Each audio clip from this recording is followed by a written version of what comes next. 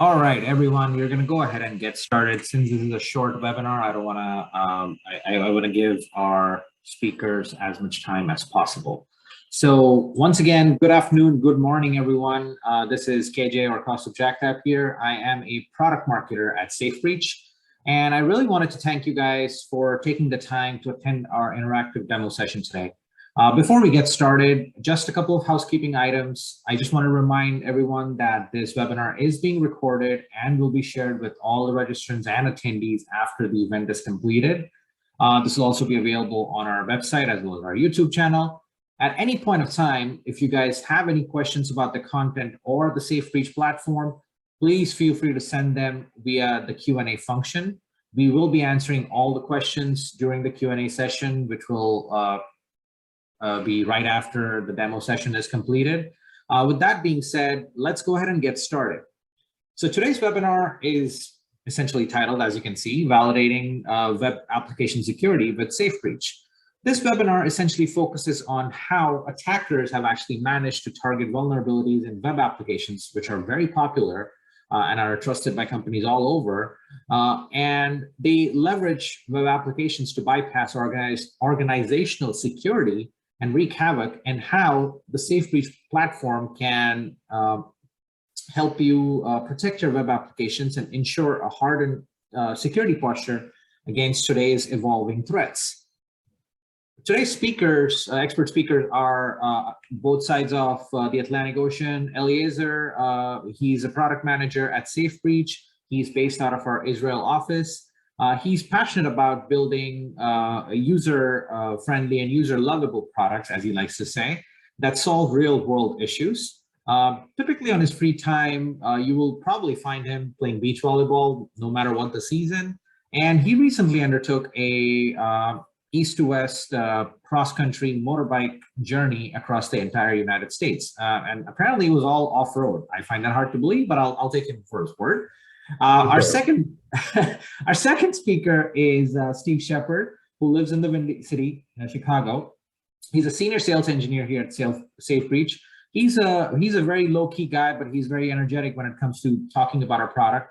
He's a veteran in the technology space and has been in the cybersecurity space for the past decade, and he really knows what he's talking about. He loves spending most of his time with family and friends and enjoying the good weather when Chicago affords it, and everything else. And the reason why I'm stopping at that, I'm not giving any other information about Steve, is because he likes to keep a low-key profile.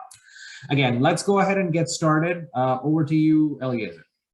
Definitely. Thank you. Thank you, everybody, for joining. So we'll talk a little bit about this module that we've introduced not long ago, the web application module in SafeBreach.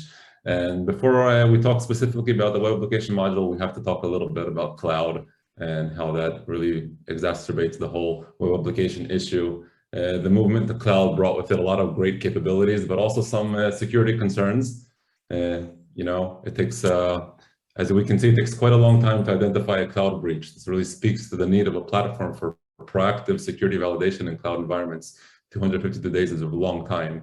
And the business impact here can be difficult to comprehend. And 4.5, almost 5 million average on a public cloud breach is quite a bit of money. And the most important fact here on this slide is that 75% of cybersecurity attacks involve the web application. So that's a staggering amount of attacks focused on public-facing infrastructure, and specifically a shocking load of attacks and stress on that incoming line of security control defenses. We can't forget the teams behind these tools maintaining that public attack surface, which is web applications, and the security controls involved with it.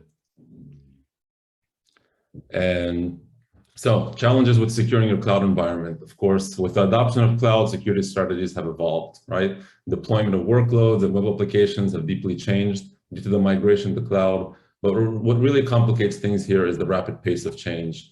And rapid pace of change means there's a higher likelihood for drift and potential introduction of security gaps.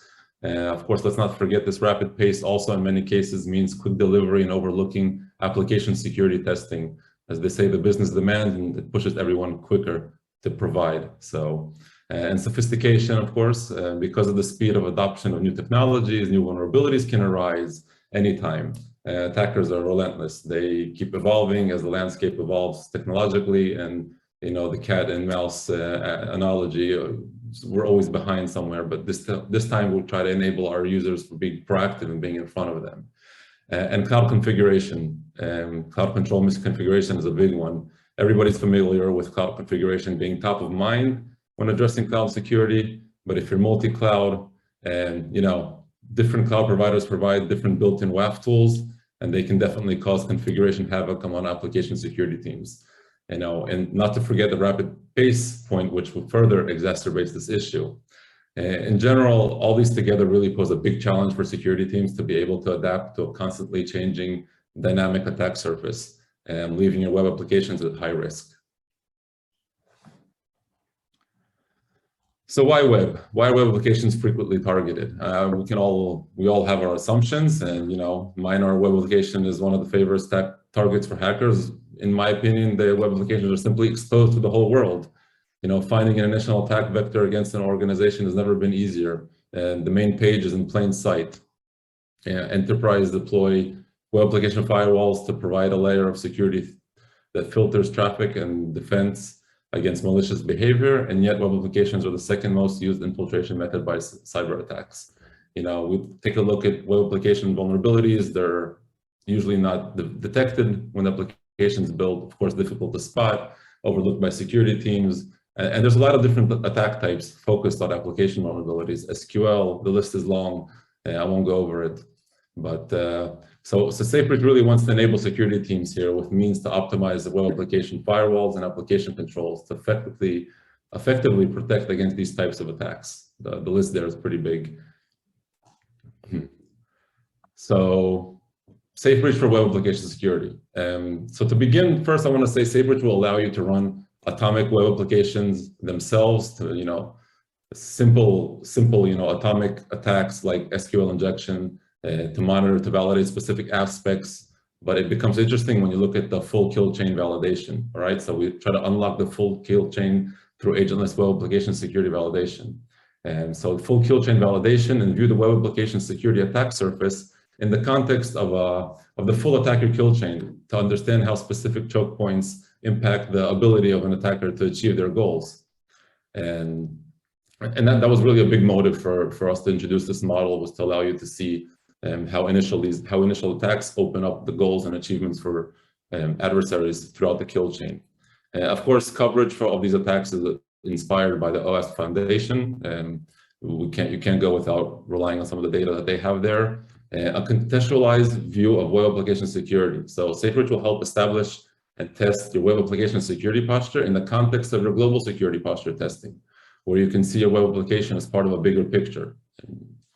And fast and easy to deploy is something we really focused on when developing this module, meaning you don't need to deploy any simulators, any agents, any endpoints in your organization. You simply spawn up a management console on our end, full SaaS, and we're able to focus on your security controls, protecting those web applications. And actionable return on investment reporting. So leveraging customizable dashboards and reporting capabilities to understand the outcome of possible web application attacks, communicate them to your business, to people above you, and quantify the ROI on WAF investment is pretty big and something we really wanted to enable security teams with. And is that my last one? Yeah. Now we're going to turn it over to... So in general, I wanted to sum up before the demo. Sorry, Steve. And web application was a big motive for us. A lot of customers needed it. We really see it as a big vector, and it's easy to test.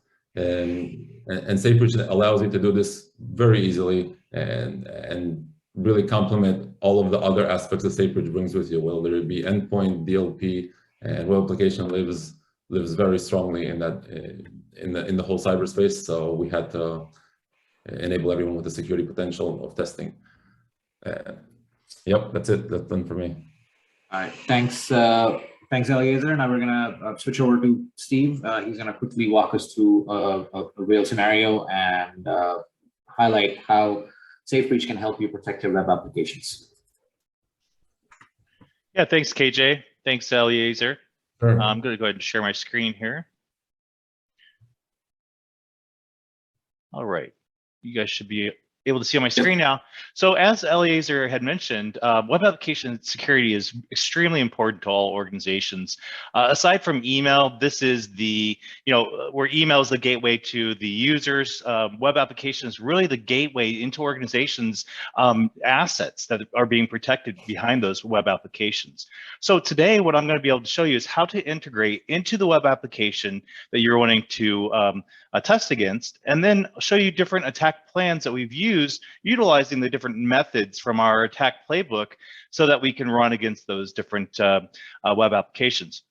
The other thing that I'm going to be able to show you, utilizing the same type of method and procedure for building attack plans, is to also include other areas of the attack kill chain where web application will be the infiltration piece to that, and we're going to be able to dive deep into the results, and then show dashboards that are going to be able to provide those data-driven results from the attacks, and then let us drill down into them to be able to remediate those steps. So let me go ahead and get started with setting up the actual web application.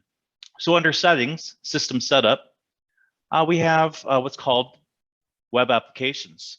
Here, we can easily and quickly click on web application, and we're going to give it a name. Whatever you'd like to call it, you can call it. We can call it test. We can call it the name of the web app. What we're going to look for, though, is the root URL at this point, and any target URLs underneath. Here, you can manually enter in those target URLs, or you can upload them to the box here. Now, if you're using external attackers as a simulator from the outside organization to attack those different URLs, what we're going to do is a verification code. This is a simple DNS verification process to just verify that you are actually the owner of that specific URL that you're testing and all the other target URLs.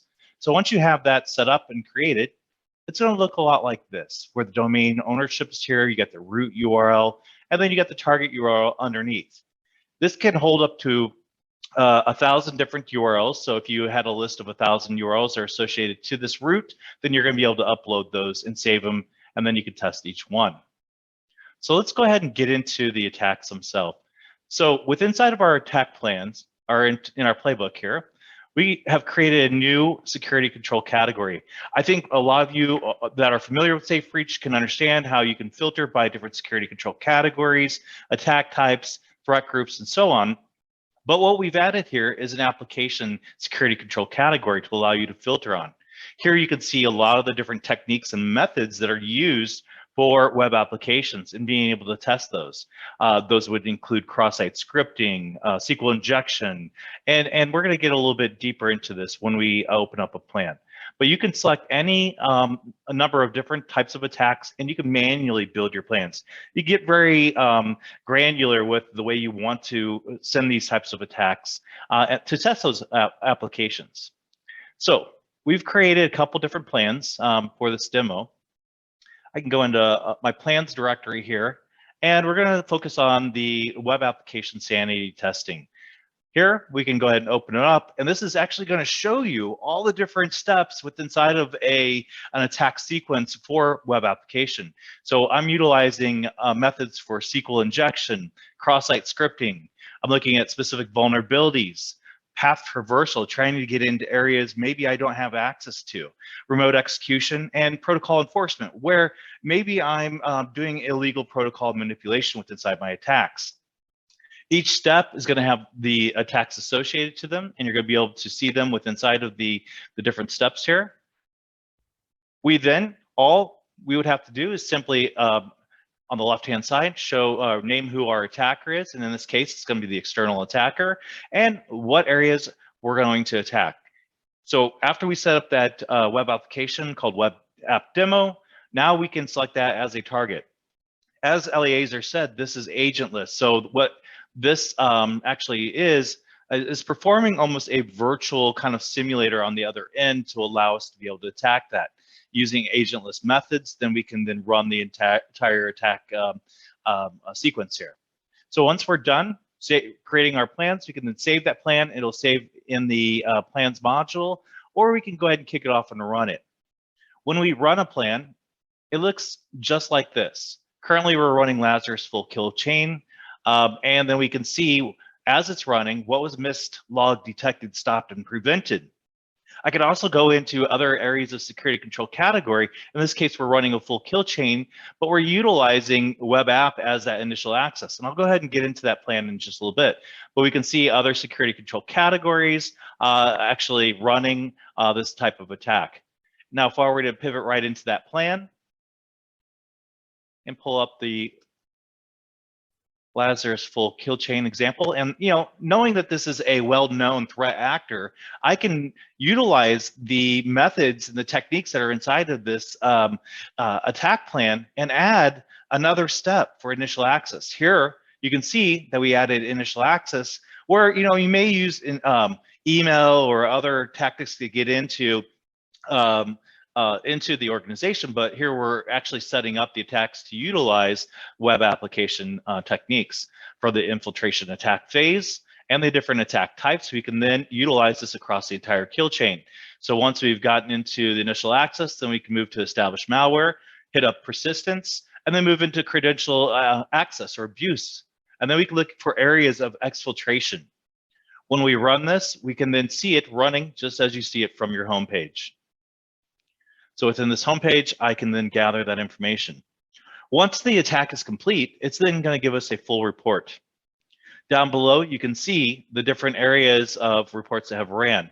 Now, if I utilize another time that I had ran this Lazarus full kill chain example, I can go in and I can see what my risk score is immediately when I get into the test summary plan. I can also look at what was prevented, missed, detected, and stopped. And I can then also see what areas of security controls are actually detecting these types of attacks. Now, utilizing this attack plan across the entire kill chain, I know that that initial access was brought to us through the Azure Front Door WAF. So utilizing integrations into, let's say, your SIEM, I can pull those security events or direct integrations right from a WAF controller that would allow me to then intercept those security events to then help me tell a story about my results. Here, I can then pivot right into the results themselves, and I can see what was prevented, detected, missed, and logged.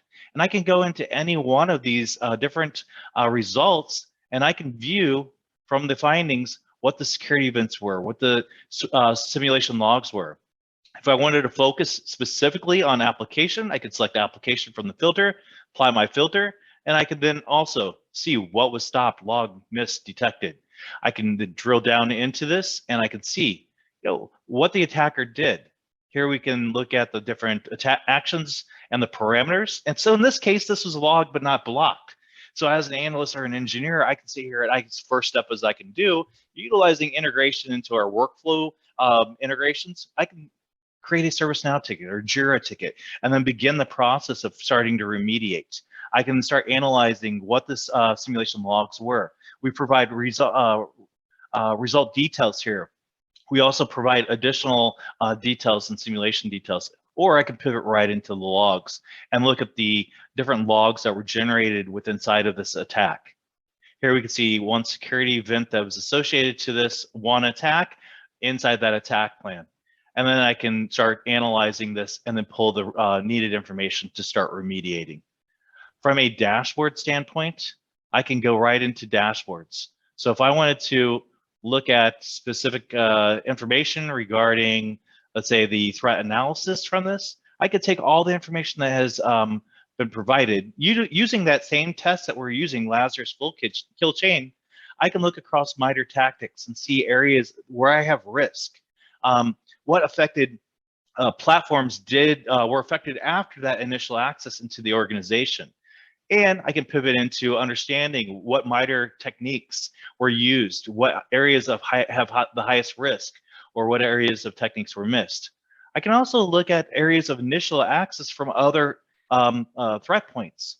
Here I can see that there were two other initial access targets, but if I wanted to focus on web app demo, I can click on web app demo and I can go right into the target that is providing that initial information. From there, I can pivot into the results and then see what was logged versus what was prevented or missed. Here, again, here's that logged event. I can then pivot over into all the other ones that were stopped So meaning that, a mitigating control might have stopped this, but there was no security events that were associated to that specific attack or method. And then here, I can look at all the different initial access attacks that were used. And I can scroll down a little bit farther to get even more additional information from command and control, what was used using this target. And then any of the risk scores that are associated, I can drill down into those. You can save these, you can schedule these, you can share them with your colleagues, stakeholders, whomever you'd like, and you can download this PDF and then share it across to whomever you want. So that's really the gist of how to set it up, how to run the attacks. I'm going to go ahead and pass it back over to KJ for questions and answers. Thank you, Steve, for the lovely demo. Let's go ahead and see here. Let's go ahead and get started on the Q&A. So we do have a few questions that we've received from the audience. One of the first questions is, do you have a template or a default regular expression to use for the web application integration? Can you repeat that one? Do you have a template to use for the web application integration? So we don't need a template for, if I understand correctly, I don't think we need a template for integrating with your web application. You need to define that web application that you are hosting that you would like to test. And ideally, this web application will be sitting behind the control you want to validate. And the configuration itself, the setup is quite simple. We simply need you to enter the URL of your domain. If you choose to use an attacker that is not our simulator, then not hosted by us, you won't need to do any domain verification. But there's typically no need for any template or any configuration. Steve, are you familiar with anything? No, not that I know of. It's really, as you said, putting in the root URL and any target URLs underneath it. If there's any expressions that need to be entered, you can enter those at the bottom. Yeah, so thinking about regular expressions, what we do is we use regular expressions to identify security pages that we can, by that criteria, identify if a simulation was blocked or not. So those regular expression templates actually do exist. If needed, we can. So if that was the question, then yes, we can provide regular expressions for security pages. But usually you would want to tailor them to the security pages you have in your security controls. Perfect. Then the next question that we have is there a way to have SafeBreach login to the web application as part of the test, like a login macro?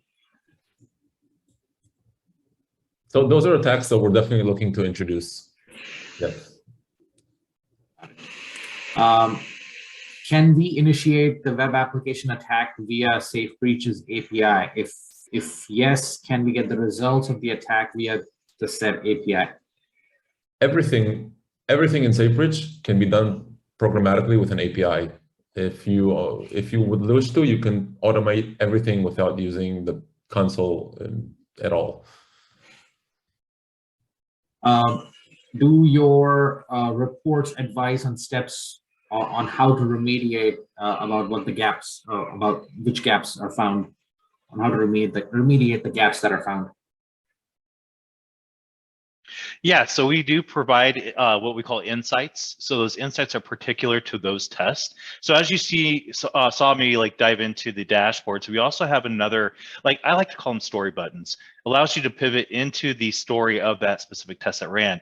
So then we can provide those insights that are provided per test and even per target as well. So if it is pertaining to the web app target, we can then provide remediation steps that are prescriptive that are geared towards that specific target. Definitely. And if those web application attacks have any IOCs, then those IOCs are automatically bubbled up in our insights module, where you can take and upload them as they are. Our insights module aggregates those remediation points for you to quickly upload to security controls. Perfect. Then the next question is, does the fully qualified domain name need to be internet accessible to set up the web app? The scenario here is, could we run this on an internal web app where the FQDN is not accessible via the internet? Yeah, the answer to that is yes. You can use internal apps against this. You would just have to utilize the attacker as an internal attacker. You could set up as an external attacker as well, but if you're going to test those internal apps, you might want to set up another simulator that is deployed inside that organization to be able to attack that internal app. Yeah, that's a good question, because this really enables our customers to test the web applications during those deployment pipelines before they reach public-facing users, and also test those web application policies inside the organization before any changes are applied. Next question is it fair to say that without authenticated access to the web applications, there is limited capacity for the simulation to test anything beyond the initial landing page, unless it is something like a public web application that doesn't force or require authentication? Yeah, so I agree that there are some things that when we do introduce login, we will enhance our capabilities, but the main focus point here for testing is the control itself. And to test the control, we do not need to specifically log into a web application to find those deep vulnerabilities or faults inside some pages within the application, but that is something we will add. And the importance here is also with this module, you're able to test against emerging threats and vulnerabilities that and exploits that arise, to test those controls very rapidly. What other types of attacks in SafeBreach can be performed agentless besides web applications? Should I take that one, Steve? Yes, please. So yeah, so agentless attacks, we also have agentless attacks with agentless lateral movement attacks, we call them. So although an initial simulator is needed, but it will not need additional simulators to propagate to other endpoints in your environment, mimicking a true adversary that tries to live off the land and find credentials and propagate to systems that he discovers. Does this simulation evaluate websites and web-enabled applications running on multiple platforms regardless of OS or vendor? So correct me if I'm wrong, Eliezer, on this one, you would have to set up multiple integrations into different web apps in order to do this. Is that correct? We target the application layer itself. Looking at a full kill chain, it'll depend what operating system is underneath, and depending on the exploit that we are successfully, and depending on the vulnerability that we are able to exploit, and what machine we can land on after. So the following steps that you build in the sequence of the full kill chain will depend on the operating system that web application sits on.